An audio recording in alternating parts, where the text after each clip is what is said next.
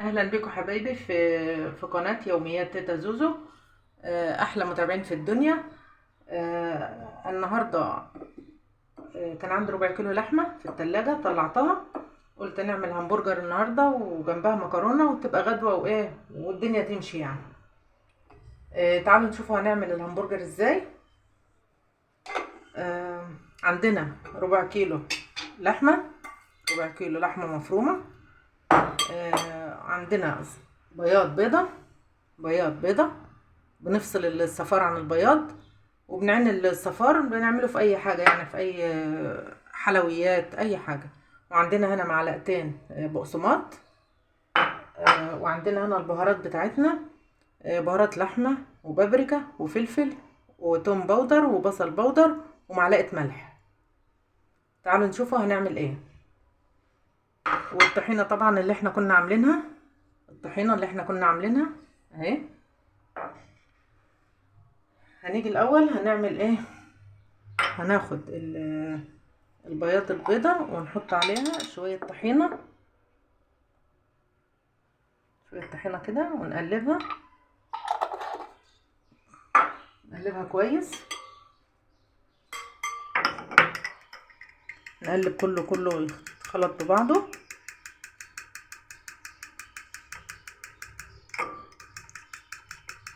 الطحينة دي يا جماعة بتخلي ريحة الهمبرجر حلوة جدا.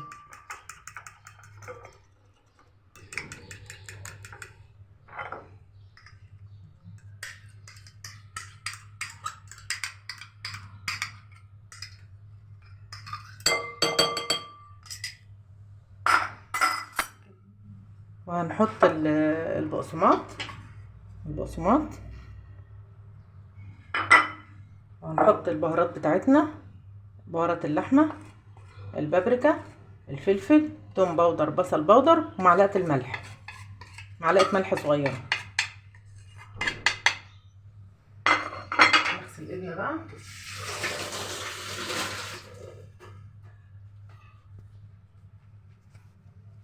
وهنقلبها كويس.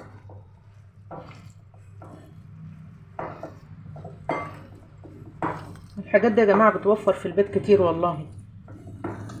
يعني بدل ما تروحي تجيبي لك طبق همبرجر ومش عارفة معمول بايه ولا حاطين لحمة ايه، انت عاملاه هنا اهوت، يعني بايدك ونظافة وتوفير. اهم حاجة النظافة والتوفير.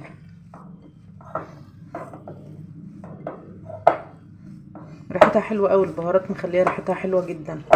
احنا هنا جبنا اللحمة وحطينا عليها البقسماط، وحطينا عليها بابريكا وبهارات لحمة وبصل باودر وتوم باودر وملح، وجبنا معلقتين طحينة على بياض بيضة، وضربناهم في بعض وحطيناهم ونقلبهم حلو قوي. ونفضل نعجن كده لغاية ما نلاقي العجينة ايه، يعني بقت سايحة في ايدك كده كده. تمام. هنعجنها شوية كمان. حبايب قلبي، احنا كده خلصنا عجين اللحمة اهيت.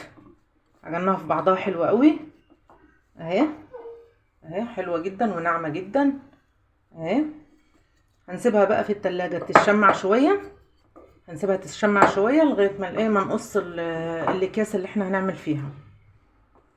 هنرجع لكم تاني. رجعنا لكم حبايبي. احنا حطينا اللحمة هنا في التلاجة، اتشمعت شوية، مسكت في بعضها. وقطعنا الاكياس، جبنا اكياس التلاجة وقطعناها ايه مربعات كده. انا نسيت اقول لكم حاجة. بالنسبة البقسماط في اللحمة في الهمبرجر احلى من الفول الصويا، لان الفول الصويا ده غلط على الولاد الصبيان، غلط عليهم جدا. فانت تحط بقسماط. لو ما عندكش بقسماط هاتي رغيف فينو وبليه في العيش واعصريه قوي واعجنيه مع اللحمه. انما الفول الصويا غلط على الصبيان قوي. جبنا هنا طبعا ما انت عايزه الحجم بتاعك. عايزاها تخينه هاتي غطا تخين شويه، بس انا بحبها رقيقه عشان لما تيجي تلم وتتحمر تبقى ايه، سمكها حلو. عندي هنا غطا علبه اهوت، بسم الله. بسم الله الرحمن الرحيم.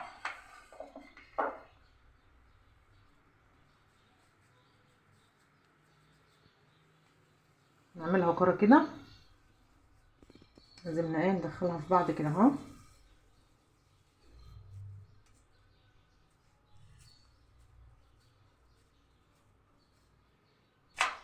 وتبططي وتسوي الحروف بتاعتها.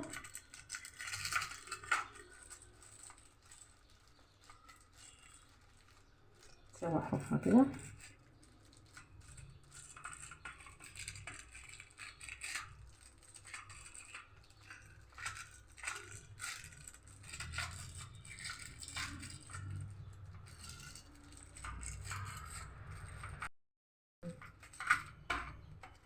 نسوي الحروف بتاعتها كده حبايبي،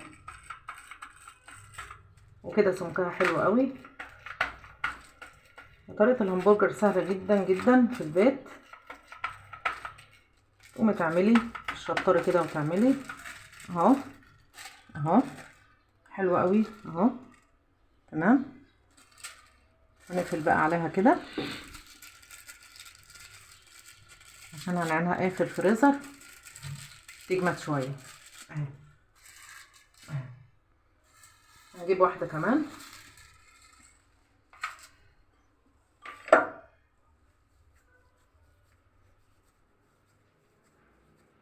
يعني اجيب الربع كيلو يعمل لك غدوة يعني.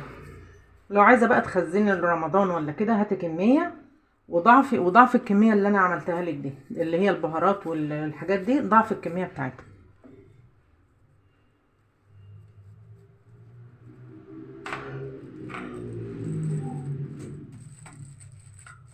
اهي طريقتها سهلة قوي. متنسوش بقى اللايك والاشتراك علشان الهمبرجر الجميل ده. وعايزاكم حبايبي يعني شدوا حيلكم معانا شوية عشان المشاهدات برضو ضعيفة شوية، عشان القناة ديت هتكبر بيكم انتوا بس، وبتشجيعكم لينا اهو.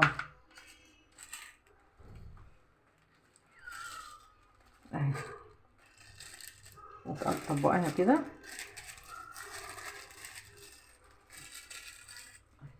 هنكمل بقى بقية الكمية وارجع لكم تاني.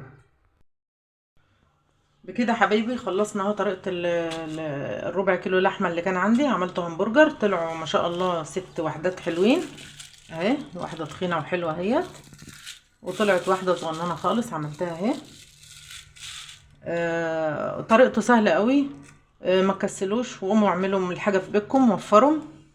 وفروا وحاجة نظافة، لان انت طبعا انت اخده اللحمة من الجزار وعارفة هو جاي قطعها لك ازاي وفرمها لك ازاي.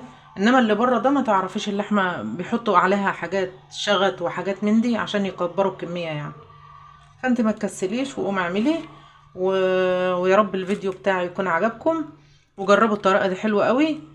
وما تنسوناش بقى يا جماعة باللايك والتعليق الجميل بتاعكم. ونتقابل على خير ان شاء الله في فيديوهات جديدة، فيديوهات التوفير. هعمل لكم حاجات جديدة كتير حلوة قوي توفير عشان نمشي الدنيا ونمشي الغلا اللي احنا عايشين فيه. واشوفكم على خير ان شاء الله، والسلام عليكم ورحمة الله وبركاته.